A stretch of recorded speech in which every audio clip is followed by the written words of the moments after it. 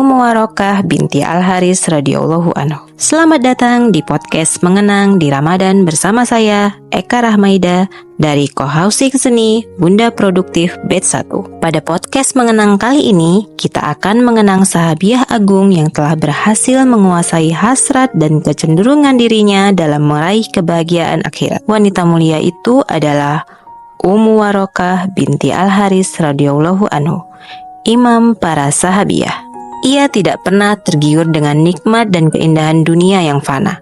Ia memahami satu ucapan tasbih yang meluncur dari hati seorang mukmin adalah lebih baik dari dunia dan seisinya.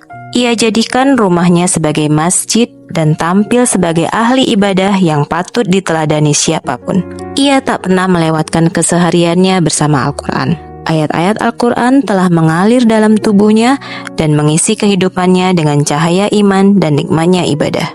Ia adalah Ummu Warokah binti Al-Haris Al-Ansariyah, seorang wanita Ansor yang juga dikenal dengan nama Ummu Warokah binti Naufal, nama yang dinisbatkan kepada kakeknya. Beliau masuk Islam sejak pertama kali mendengar tentang kepribadian Rasulullah SAW dan risalahnya. Sejak beriman dan berbaiat kepada Rasulullah SAW, Ummu Warokah mulai menekuni ayat Al-Quran, membacanya sepanjang siang dan malam hingga ia menjadi wanita yang pandai membaca Al-Quran, memahami dan menghafalnya dengan sangat baik. Lebih dari itu, Ummu Warokah berusaha menghimpun ayat Al-Quran dan menuliskannya pada tulang, kulit, dan lain-lain, sehingga beliau berhasil menghimpun seluruh ayat-ayat yang telah turun di rumahnya kala itu. Setelah Rasulullah SAW wafat, Khalifah Abu Bakar radhiyallahu anhu menunjuknya sebagai salah seorang rujukan penting ketika mengangkat Zaid bin Sabit sebagai orang yang memimpin tugas penghimpun Al-Quran. Abdurrahman bin Khalad meriwayatkan dari Ummu Warokah bahwa Rasulullah SAW sering berkunjung ke rumahnya dan mengangkat seseorang untuk menjadi muazin khusus baginya. Bahkan Ummu Warokah diangkat menjadi imam sholat para sahabiah di rumahnya. Abdurrahman berkata, "Aku melihat muazin yang bertugas di rumah Ummu Warokah adalah seorang lelaki yang sudah sangat lanjut usia." Ummu Warokah juga dikenal sebagai wanita yang menyukai jihad dan mendambakan mati syahid di jalan Allah.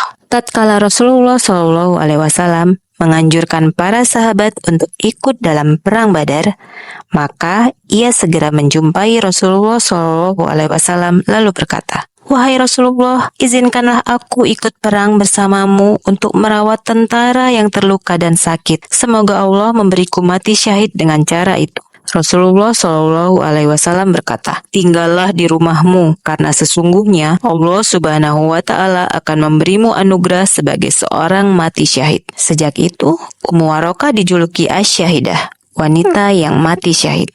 Wanita ahli ibadah itu pun kembali ke rumahnya karena menaati saran Rasulullah SAW dengan harapan baru menanti datangnya mati syahid yang disampaikan Rasulullah kepadanya. Para sahabat juga mengetahui perihal kabar gembira itu. Bahkan ketika Rasulullah SAW hendak berkunjung ke rumahnya dengan beberapa sahabat, beliau sering berkata, "Mari berkunjung ke rumah wanita syahidah." Di akhir hidupnya, Ummu Warokah meninggal dalam keadaan syahid sebagaimana ucapan Rasulullah SAW. Ia dibunuh budak laki-laki dan perempuan yang dimilikinya.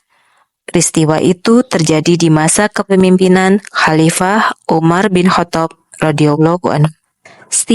Setiap malam Umar selalu mendengar bacaan Al-Quran Ummu Warokah. Namun hari itu ada yang ganjil. "Demi Allah, semalam aku tidak mendengar bacaan bibiku, Ummu Warokah," papar Umar. Umar pun pergi mencari tahu dan mendatangi rumah Ummu Warokah. Betapa terkejutnya Umar saat mendapati sosok yang sudah terbujur kaku ditutupi selimut. Ummu Warokah meninggal menemui takdirnya seperti yang disabdakan Rasulullah. Benarlah apa yang diucapkan Rasulullah. Keesokan harinya, Umar mengumumkan kabar meninggalnya Ummu Warokah. Kedua budak yang membunuhnya akhirnya ditangkap dan dihukum qisas. Semoga Allah meridhoi Ummu Warokah yang telah memperjuangkan agamanya dan berperan besar dalam tugas penghimpunan Al-Quran di masa pemerintahan Khalifah Abu Bakar As-Siddiq radhiyallahu anhu.